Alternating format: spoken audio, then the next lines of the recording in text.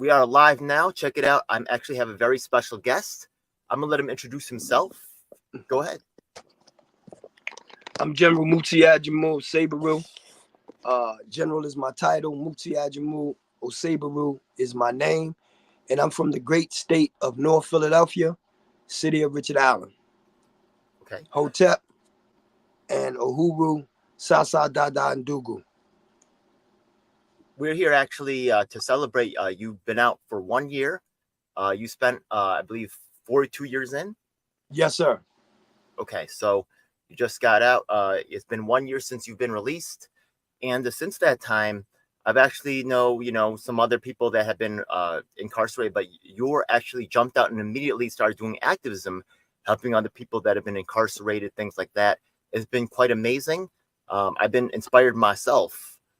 I remember that one time I had talked about that guy who had been locked up, Jamaican man, I believe.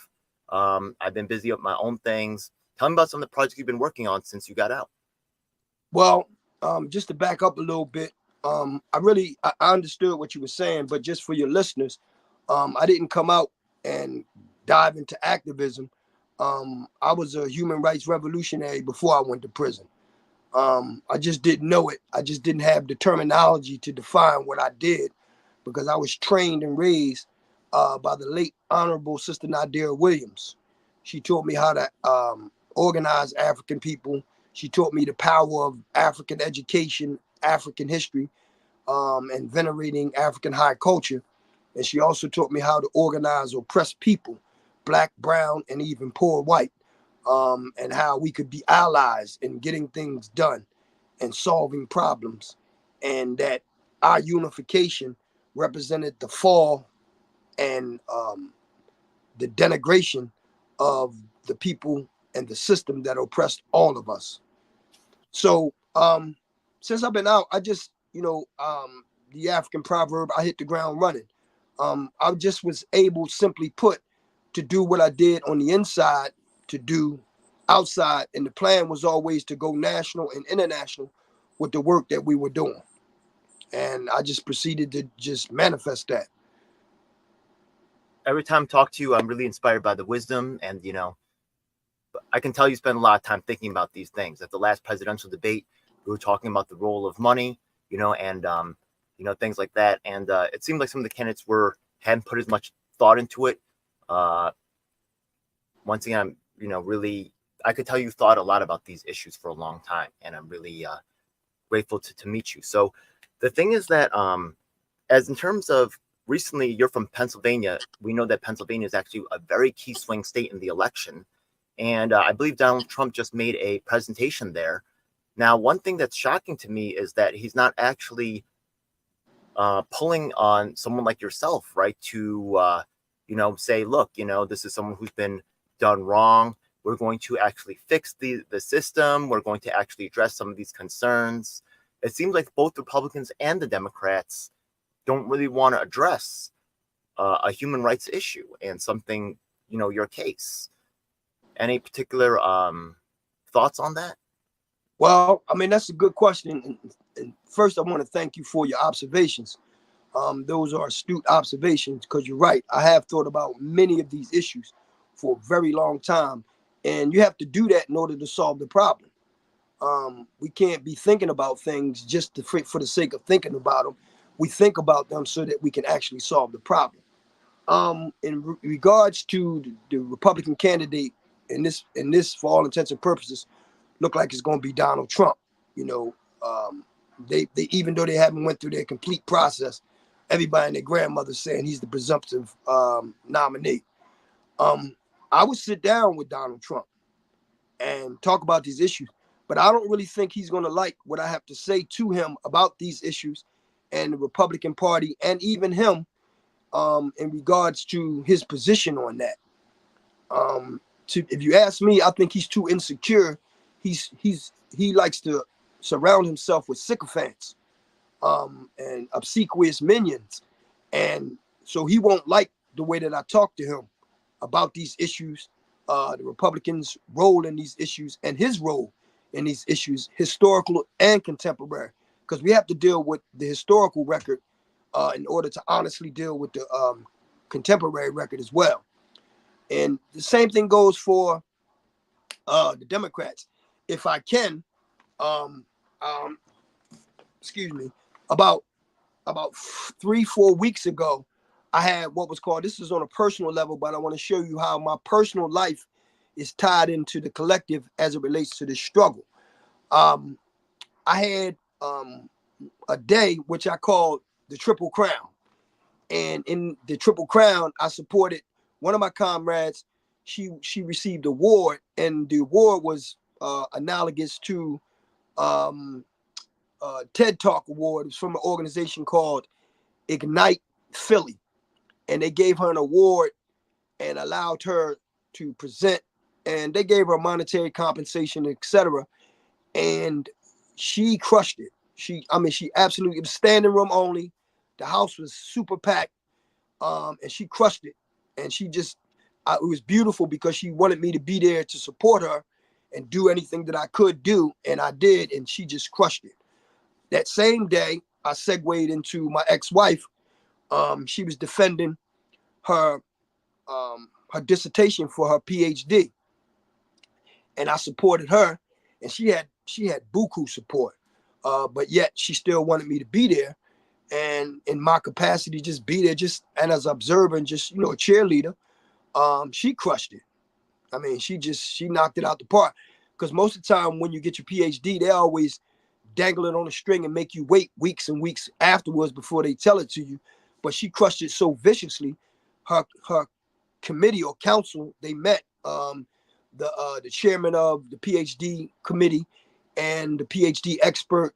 They met, powwow, turned right back around and said, we want to congratulate you, Dr. Such and such and such and such. Bam. That was my second crown. And then the third crown was my comrade.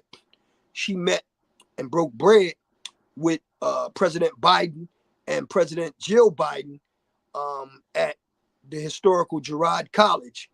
Interesting thing about Girard College, if we come back to that on the Q&A, I can tell you the history about Girard College. I assure you it will fascinate you. But she was allowed to break bread with them, and of course she crushed it. And she's not one to be, she doesn't subscribe to the traditional Democratic or Republican views. She doesn't espouse those views. Her focus is mainly on African people and oppressed people, what and how we can do to be of best service to those people, as opposed to the traditional views of the Democratic and Republican Party, because I always view them as good cop, bad cop. One pretends to like you, and the other one pretends or shows that they really have a disdain for you. But the truth is, both of them have a disdain for you. The one that takes you for granted, and the one that espouses all these acoustic and tropic views against you. But they both on the same team. Brother out in New York says that there are two different wings on the same bird of prey. And I always say one is the red wing, or he points out one is the red wing, which is the right wing, and one is the left wing, which is the blue wing. And I say there are two different wings on the same white bird of prey, the same red, white, and blue bird of prey. So they in order for them to prey on the masses, they have to work and operate together. They may bicker and pretend like they really disgruntled with one another, but that's just to keep us confused, those who are oppressed. You're absolutely right. Yeah. Actually, I don't know if you saw when Trump gave his presentation here in the Bronx, right, in New York, but he brought on this guy called Chef G. Did you know about that? No, I did not. Okay. Chef G is some drill rapper who's actually, implicated in murders and talking about all kinds of crazy things. Instead of, right, he could have brought on Nolan Farrell or Muti Ajamu, or yourself, right, or even you're from Pennsylvania, right? He could have brought up Reverend Keith Gadsden, right? When he's in Pennsylvania, he could be bringing you on stage and saying, look, we've done wrong by wrongfully incarcerated people. I will guarantee that you will get compensation. I will guarantee that we're going to start looking at these issues and addressing the wrongs that have been addressed. Republicans have been stronger as in terms of providing exonerations versus Democrats, they could really build trust within the Black community by doing these kinds of things. But instead, they're trying to show some kind of drill rapper who's out there who has a lot of views and just exploit it. And it's disgusting. And I think they're showing their true hand by doing that. And if they want, I know that Biden and Trump are scheduled to do more stuff in Pennsylvania, and I don't think that either of them should be allowed to do it without pushback from the community for not addressing issues such as your own. I concur with that 110%. I always like to lead with the issue of compensation for exonerees, as well as creating a mechanism for those who still trying to seek and to be exonerated based on the evidence of actual innocence. And like it, even as, let's say Donald Trump wins the presidency again, even as the president on a federal level, he can't physically do certain things, but what he can do, he can use the bully pulpit of the White House to allocate funds to on a state level so that those things be allocated instead of earmarked for specifically producing those type of results, because that's how they do on the federal level. They can't tell you what to do, under states' rights. The states can do, the Fed allows the states to do what they want them to do. We allow you to make your own rules legally. We allow you to create your own laws, your own form of punishment, et cetera, et cetera, et cetera. However, through commerce, the federal government can use persuasion by creating earmarked dollars for certain things. And so that if you take these monies, then this is what you have to do with these monies. You can't take these monies and then, go build bridges with them or build infrastructure. You have to do exactly what we tell you have to do for these monies. And so as if he wins re-election, what he can do is forward money to the state of Pennsylvania to see that it actually, in fact, comes up with solutions to expedite compensation for exonerees, and also helping those who are still fighting to be exonerated do so as well. Now, it's clear that, like I said, Donald Trump don't really want to have nobody like myself talk to him, because he's not used to people talking to him the way that I would talk to him. And I would talk to him the way I talk to everybody else. Openly, honesty, candid, and forthright, whether or not you like what I say or not. And the goal is not to shock you or to make you disgruntled. The goal is to express and have a conversation of some very difficult things that need to be discussed if we're going to move forward and solve some of the challenges that we face. He would have a drill rapper, because in most cases, most drill rappers, not all, I don't even like using that term drill rapper because it's a fake term. It's a term that was created by our adversaries, but folks that's involved don't understand, because they're not talking about anything that hasn't already been talked about. They're not rhyming about anything that hasn't already been rhymed about.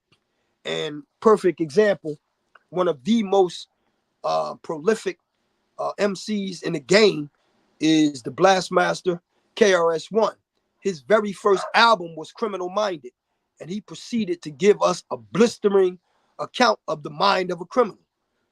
And then he used that to get in the industry and flipped it, and every album after that was and is conscious music, conscious lyrics to match his conscious behavior.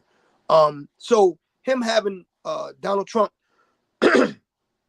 having a drill rapper who really like on some mindless, not solution oriented type situation, that's par for the course for him, because that person is not going to really take him to task on some of the things that he did that are detrimental to the Black and brown community, that are detrimental to the poor white community. And that's something we always leave out about the things that he has done that's detrimental to the poor white community. Not only the things policy-wise that are detrimental to the poor white community, but things that he has said to them, the lies that he has told to them. And I want to be real clear, the lies that he has told is no different than the lies that Joe Biden has told, or any of the other politicians. See, because you ain't gonna be able to box me into this Democrat Republican, this false dichotomy. Because like I said, that's good cop, bad cop. I'm interested in principle over party. How are you walking on this earth? How have you been living in the past? How are you living now? And what will you do going into the future? And though what you did in the past is an indication of what you're doing right now, and what you're doing right now will give me an indication of what you're going to do in the present. And so Donald Trump has a bad habit of surrounding himself with people who won't call him to task. And the people who do, he pushes them out of his cipher. You know, anybody who's willing to talk to him critically and honestly and openly, he doesn't really want to hear that. He doesn't like, he wants yes women and yes men. And those who operate the opposite of that, he pushes them out. You're damn right. Now the thing is that on, once again, Pennsylvania could really decide the election. I think that you're in an extremely powerful place, to influence them. I'm gonna help to try to push, in any way that I can to really, make them address you, which they're trying to go around, obviously, which is ridiculous and sad. You said you had some powerful people speak with Joe Biden. Were they able to get any agreements from him, or any promises, or, guarantees of anything if he should win? No, mostly platitudes. The artful dodger, statements that's applicable to everything. Don't they in an environment where folks don't want to. I know a lot of folks, and it's just there's a series of people that I had at that a meeting, over 10 comrades, and each of them have different approaches, but nobody was really able to pin him down and get him to say some hard things, critique him critically, nor the vice president, who has been shameful at best, and how she has been silent over the destruction of African people, the blood running red, the streets running red with the blood of African children and African people, black and brown people, and to a lesser degree, poor white people. She's been shamefully silent, and she's only went to places where they stroke her fragile ego. She goes to sororities and fraternities who have a vested interest in the status quo, and not going to ask her any critical things. The little fake little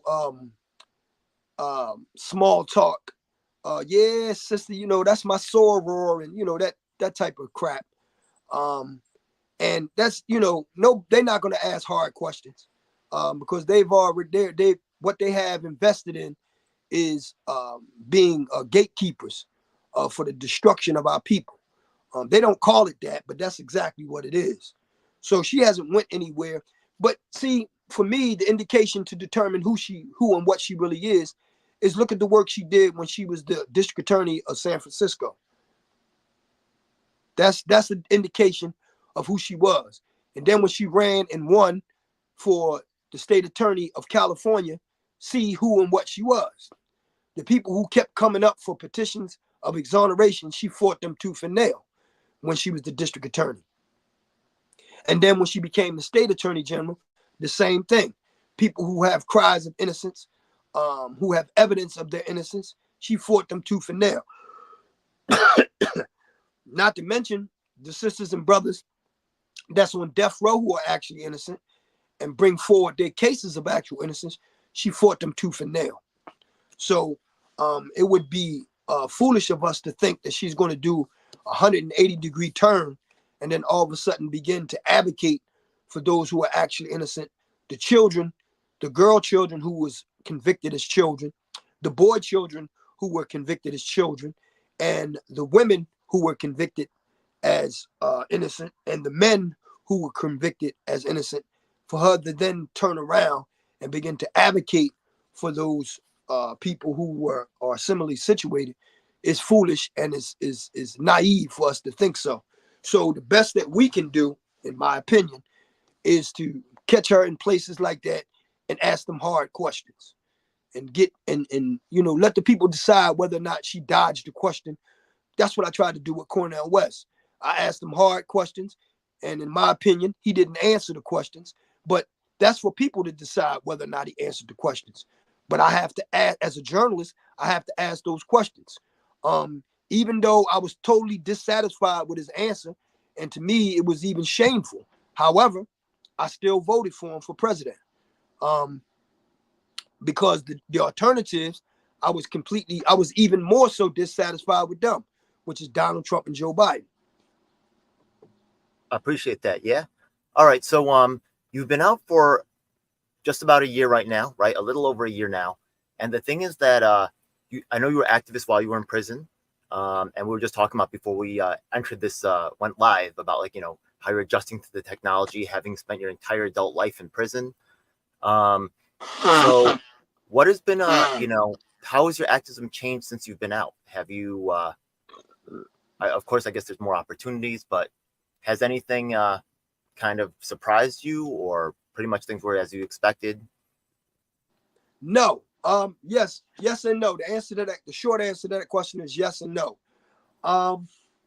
No, in that the goal and objective was to do what I was doing in that controlled milieu, to do it on a national level and an international level, and that's what I've been able to do. To do the human rights act, the human rights revolutionary work, the freedom fighter, and the social activism that we are called to do that on a national and international level. The flip side is, yes, there's some things that were different, things that I didn't prepare. I prepared for almost what I thought was everything, but the only thing that has surprised me, or the two things that has surprised me, is the city of the city of Philadelphia, the developers, the undevelopers is what I call them, or the underdevelopers, and the social planners. I call them plotting planners. They plot and plan the destruction of poor people.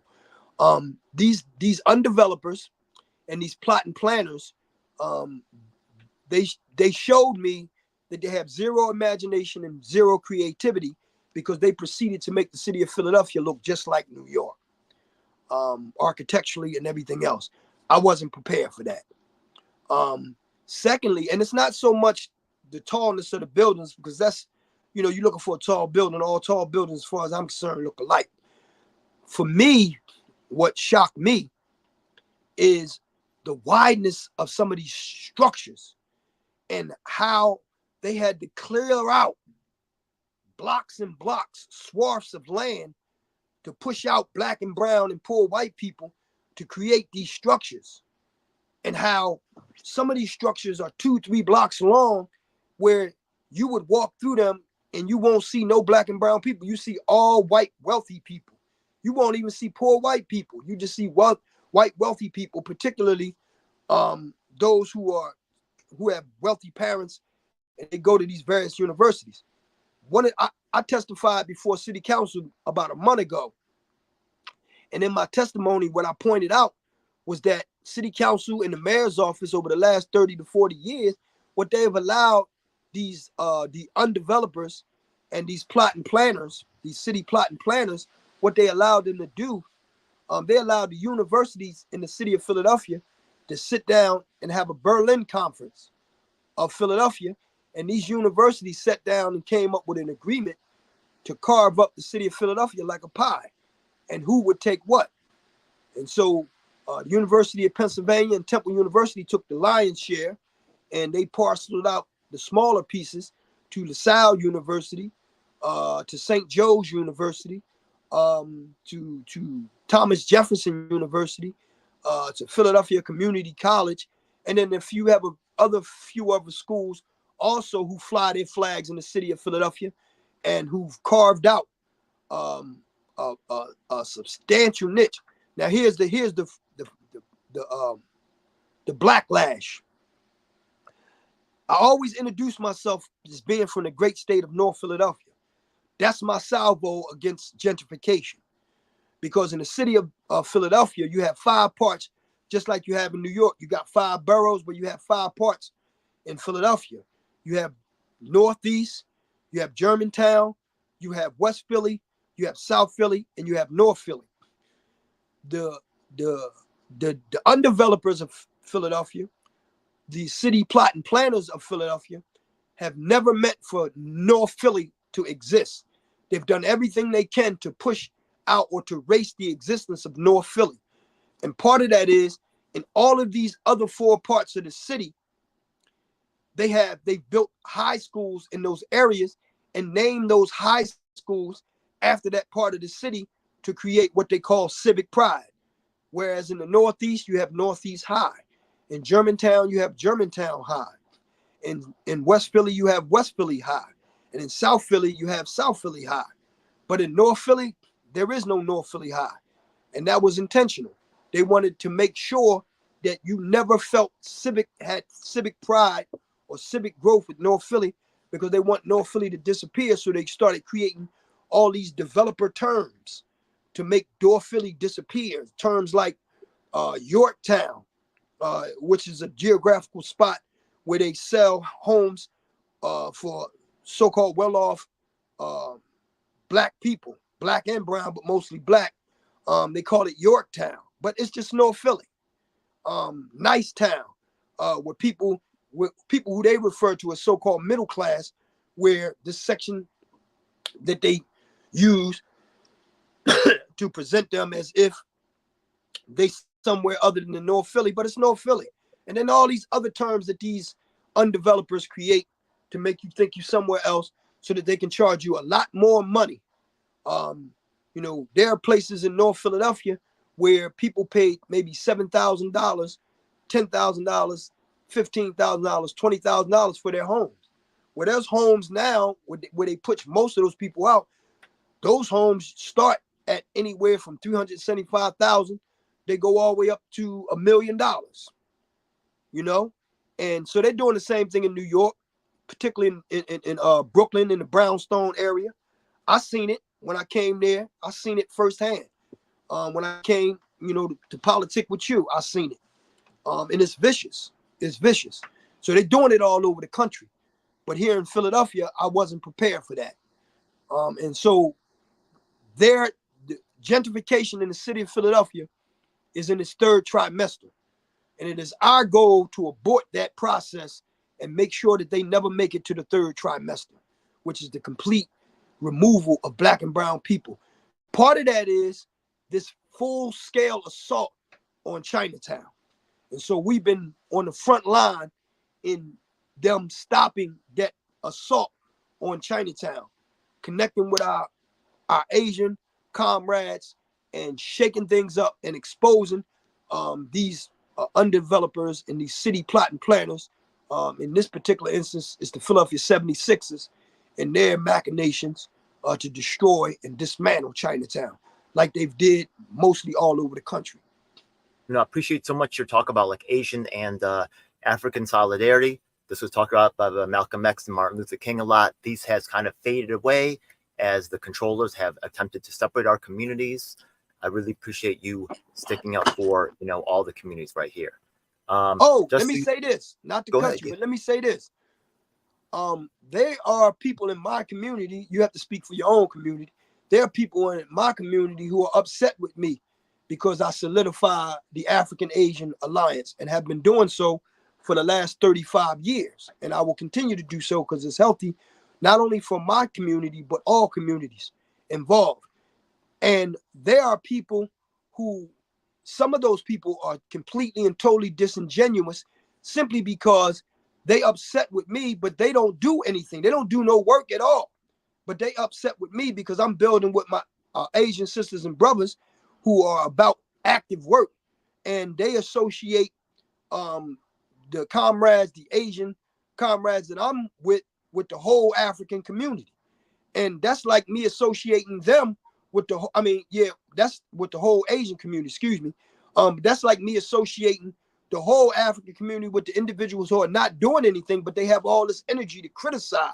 They're not doing any work to better the African community, but they upset with me because I'm building with my Asian sisters and brothers who are staunch comrades for the liberation of all oppressed people, not just Asian people, not just African people, but all people.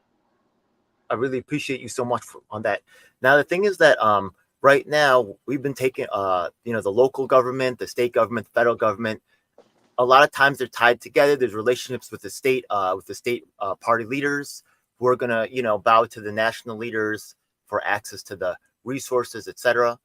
But the thing is that I was actually planning, since I have been let down so much by the national judicial system and the local, I'm actually planning on taking a group to file international. Wait, we may have lost Muti for a second. Muti, can you still hear us? Hear me? You Yeah, may have gotten the call. hold on, my fault. Okay, no problem. No, Go ahead. no, that's me. That's my fault. That's my No, don't fault. worry about it. That's my fault. That's my fault. One of the things I keep doing, like I said, this is Yeah, you're new to all the technology. I know you like, just got yo, out, this is, trying to figure it all out. yeah, Yeah. like I told you, like this is crazy, man. Now what am I doing? How do I get back to where I was? All right, Zoom. We was in, no, we wasn't in Zoom, was we? I'm No, it's something called StreamYard. You could just, actually just this is exit and come back in if you want. Either way. all right. So how do I do that? Go back to the Just exit and click on the link again. Just exit from this particular session. I'll okay.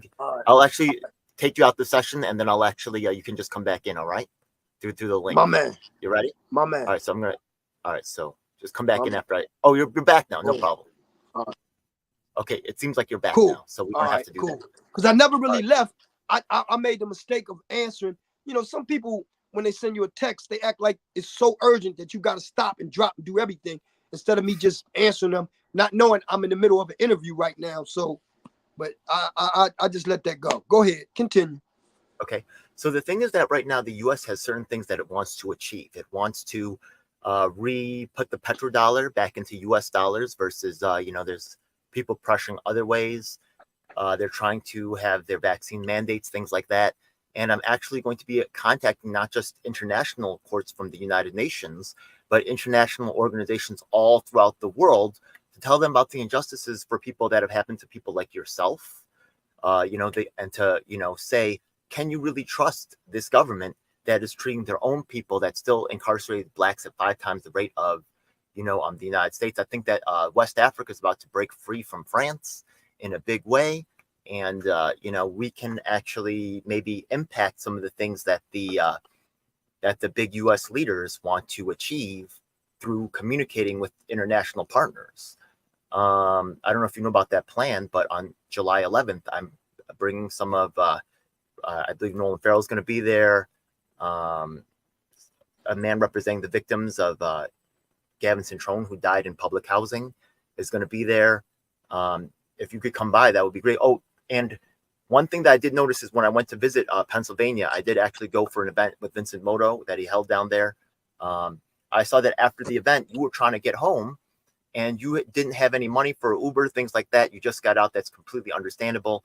How can people support you? You're just a year out. You're already helped. You've already given multiple speeches at schools. You're helping people that are currently incarcerated. There was a family where they were trying to imprison them. Your work has been fantastic. I'm sure you've already mentioned some of it here. I'm a huge fan. How can people support your work? Do you have any? If they want to do financially, if they want to support my work, I have a Cash App. It's $ Muti Muti Ajamu-Osagboro. Just take the hyphen out my last name. That's AJAMU capital OSAGBORO. That's cash. That's $ Muti Ajamu-Osagboro. That's Is that correct on App. the screen? Do you see it on the screen right now? MutiAjamu-Osagboro. Yes, sir. Awesome. Okay, that's the Absolutely. Cash App, folks, right now, there. That's Cash App. That's for those who just want to throw a dollar at it.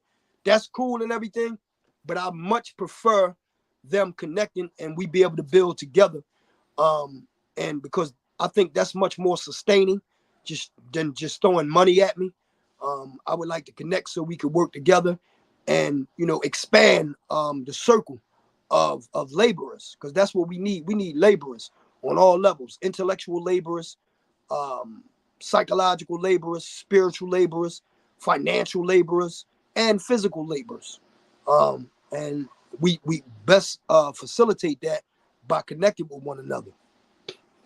Yeah, and actually, you did a good job of critiquing the educational system. Actually, the educational system has been weaponized against us, and we're Oh, not for getting sure. we're not getting a political education. So people have to be, they can't really understand how to help themselves if they've been so misinformed by the school system, and if they're led, even what they even do it at a psychological level, as in terms of like naming things, and they present you this option, but they're hiding, right? Yeah, they're hiding anything that could truly empower you. And once again, we have, they always want to be your savior, but they don't. One thing that really freaks them out is if you actually get control of yourself, right? Some power can be given, but some power must be taken. And once again, people like yourself that are out here really spreading the knowledge, spreading the mechanisms to self ownership and to confront the power. I'm just a huge fan. So some people, all they have is some money. Once again, your travel expenses, right? Getting to places. I've seen the hardships, some of them that you have to face, and I just want better for you. So you're absolutely right. Money will not solve the problem. Money cannot solve the problem by itself. In this case, it absolutely cannot. You must have knowledge. You must have investment and commitment. You can't buy But loyalty or integrity. Go but ahead. also too, and I concur with that 1,000%. But the flip side of that is, and you and I both discussed this, folks tend to spend their money on things that are not relevant to liberation, and they want folks like you and I. What the fuck just happened? I don't know. Yeah. Okay, okay. Folks tend to spend their money on things that have nothing to do with liberation, and then leave the fighting for liberation to folks like you and I. Um, there's an economic reality involved, and I'm just getting it after being out 1 year. So much so now, if folks don't pay me for certain things, I won't even participate. I'm not paying nobody to participate in something if you don't value my expertise. You value my expertise, and my expertise is in my experience of going through the worst circumstances that America has to offer, and coming out on the other side, not only alive, but with my mind cohesive, maintain my integrity, and with multiple solutions of how to solve the same problem or multiple problems that are contingent upon that nightmare, that hellish nightmare. So if they don't value that, then I won't be participating in that. So you're gonna spend your money on something else, then you won't be able to secure someone like me, because your money going elsewhere, and many times it's just foolishness. And you don't value what I bring to the table, then I definitely won't be at your table. Yeah, people take you for granted if they don't pay sometimes. That's absolutely true. And you've sacrificed too much to be treated in that way. So Not only that, definitely. but they'll actually get paid off of you. Where you got folks who got shows, they get paid. You be the guest, and you take their ratings through the stratosphere. But they never mention the fact that they're getting paid. That's a stream. That's an income stream. That's why I got so upset with what we was talking about off air, because they was like, they get paid for their show, and they was mad with me because I was with people who was trying to compensate me for my presence. So you're not going to compensate me for my presence. So what you getting so upset for? You want me to come to an apparatus in which you get compensated for every time I show up. And when I show up, because my experience dictates that I'm a good interview, you're going to get more money. So why are you so upset with me? So yeah, I don't do that anymore. I don't allow people to do that anymore. I pick and choose. I'm very discriminatory who I come to the aid of. I mostly like to come to the aid of people who don't have the money. Because as you and I both know, we advocate all the time for the wealthy. And by no stretch of the imagination are you and I wealthy. Shit, it could be argued that both of us is destitute, barely hanging on. And so we That's always damn need right. assistance. That never go, but we don't want to stand around and keep talking about, oh, I need money to fuel the engine. I need money to fuel the engine. But that's the truth. You need money to fuel the engine and continue to doing the work that we do. Because, unfortunately, our adversary tries to charge you for everything. And so we put, unfortunately, in a situation where in order to get into certain venues, we have to actually pay in order to spread the message. Yeah, damn right. That's absolutely true. So, yeah, well, there's really not a lot in the tank for either of us. Yeah. Let me give you an example of what I'm talking about. Just recently, like 2-3 days ago, Eastern State Penitentiary is the oldest prison in the country, and it's on Fairmount Avenue in Philadelphia. And it's now a museum, if you can wrap your mind around that. And the director of education, I'll send you the links for what we did to blow that thing up, because we blew it up. They were allowing the addresses in which the prison is. Excuse me. They just recently had a Juneteenth celebration, which is to celebrate June 19th as Liberation Day for the over 200,000 Africans who were enslaved in the state of Texas, who didn't know that they had already been not emancipated, because that's a fake word. We can get into that later. That they had been liberated, and they didn't know. And so when they found out on June 19th, they now celebrate that as a holiday. Well, anyway, Eastern State Prison was given a Juneteenth celebration, and there was a white woman who's the director of education. She didn't incorporate any African people in the decision-making processes. She had them as props of, entertain, come, sing a few tunes, hum. We always part of the show, but not the business. And Yeah. And when I got there, most of the staff were white. 90% of the staff was white. She's white.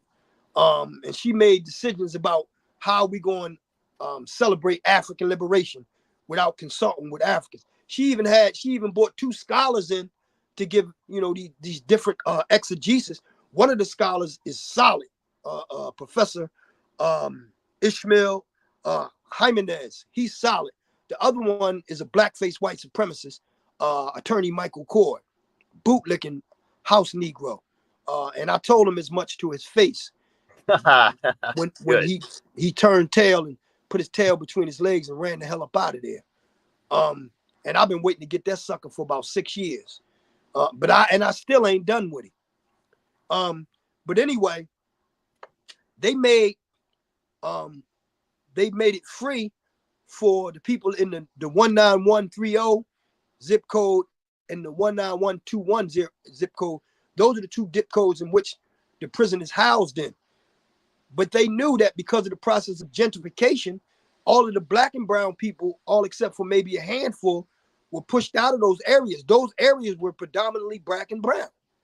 And so they allowed those people in those areas who are mostly white to come to the event free. And anybody outside of those areas which are predominantly black, they had to pay. And they can't afford it. So I actually paid in order to go in there to blow it up. I had to pay to go in there to speak truth, not to power, but speak truth as power. And I embarrassed her. I gave her the factual basis, the evidential basis. I cited the law, and which makes up the truth about what she and her cohorts were doing at this prison to practice and exercise, to apologize for, and to defend white supremacy.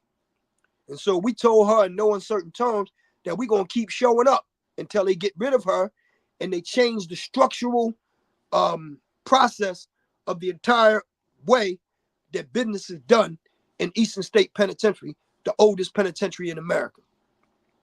So you're absolutely right. They make you pay. They make you pay and to come in places that you can't be. So sometimes we pay in order to get in there to blow it up. Yeah, they make it seem like they're on your side, but they're keeping you on the plantation. They're making sure that your justice for you happens on their timeline. Absolutely. Yeah, this is, yeah. I actually just called out the Fortune Society recently. Uh, that's funny because I also blew up some cats right there. So I do a similar thing out here. Yeah. But you know, honestly, your what you've gone through and how you come out so strong is really just such inspiration for me. I've come a little bit loose, a little bit. I'll be honest. Sometimes you might be able to see that. So deeply respect you so much, and I'm.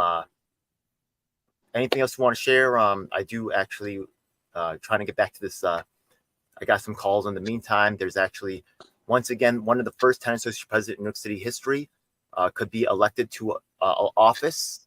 But once again, they don't want to empower actual poor people, actual Black people, right? They want to actually have, I appreciate white people being involved, but if once again, we need to have people from our community be in positions of leadership and have For sure. power. Yeah, and it has to be authentic. Yeah. It can't be this tokenism that they like to engage in. But I just want to say this, Seven. You and I, what we building is beautiful. You're a man of integrity. You're authentic. You're on the front lines, and you're doing the real work. The work that's not popular. It's not glamorous. A lot of folks ain't throwing a whole bunch of money at you simply because they don't appreciate it. But our time is coming, bro. We building. We're building something special, and we building an edifice that won't be able to be torn down. And all the things that we deserve and need to have, we're going to have, because based on what we're building. You can't put a price tag on your authenticity. You can't put a price tag on your integrity. You can't put a price tag on your courage in the face of vicious obstacles and vicious and hateful enemies. You can't put a price tag on that. And I respect you, and I admire you, and I'm honored to work with you, and we will continue to do so and strengthen what it is we're doing. I may not be able to make every affair or instance that you have, but I try to make them as much as I can, and I always make time for you. Like yesterday, folks on another radio station wanted me to do and I was like, no, you want me to, and it was funny when I finally relented and said I was going to go ahead and do it, and I called in, they had me sitting waiting for half an hour, and then they proceeded to talk shit about me, and which made me be even more determined to tell them. So when I do tell them, I'm gonna tell them on the air. I'm not gonna tell them privately. You don't do nothing. You don't air nothing out like that. You don't make those type of vicious attacks publicly, and then think that we're not gonna talk about that shit publicly, because there's no more private conversations to be had. We're going publicly. We're going to go to the facts. We're going to go to the evidence. We're going to apply the law to the facts and the evidence, and we're going to maintain or arrive at the truth based on that process. You know, thesis, antithesis, and synthesis to get the best. They can take that truth and they can make a change, and they can adapt, or they could react in another way. So we're going to see how that works out. Precisely. I'm hoping for the best. I know we don't have a lot of resources, so we just got to take what we got. But you know, sometimes some things you just can't accept, and that's really to improve the whole. Once again, we're here for a cause. We're not here for our ego, right? But certain things will actually cause, will cause the floor to fall out if certain things are not, if certain foundations are not established correctly. The basic premises of respect, maintain our integrity, and respect the integrity of the people. If you acknowledge integrity in somebody else, then respect that. Don't override their time. If they telling you they got time, their time is invested somewhere else. Don't take and think that your time is more important than theirs or anyone else's, so much so that you can impose on them while someone else is compensating them for their presence. You know, you and I, we got to live. We in the world. We have to eat. We have to keep a roof over our head. And if they can't respect that, then they really don't respect us, regardless of what they say. Also, I do want to wrap this up soon, but I do want to actually talk about some of your work once again, to tell people about people that you're helping from prison. I think that there was that guy who was the Jamaican guy that I met. I made a quick promo video on him. I've been wrapped with my other things. How's some of the other projects going? I know you've been involved in so much action on different fronts. We got a brother out in Texas we banging for. He getting ready to come home. We was victorious against the parole board. He's actually innocent with the evidence to prove it, but they taking him through the same politics that I went through. That's Hollow in Texas, Houston, Texas to be exact. Then we got a little young brother that we being a life coach to in Connecticut. He just was exonerated. We working with him, and it's kind of difficult because he's not really trusting the process, and it's hard for us to really give it to him where we want to. We working with the sisters and brothers. They got a strong contingent in the state of Maryland, and we working with them. And lastly, we working with the sisters and brothers in South Carolina, and we other places too, but we still developing those relationships. Um, and we just proud of the work that we're doing. We're happy of the work that we're doing and the people involved and how it's expanding on a national and international level of the work that we're doing. That sounds great. We have a unique opportunity. Once again, Pennsylvania extremely strong, South Carolina as well, extremely strong politically. Texas is not a swing state, but it's swing. It's on the verge, right? So this is a very powerful, because of the time that's happening with this election cycle.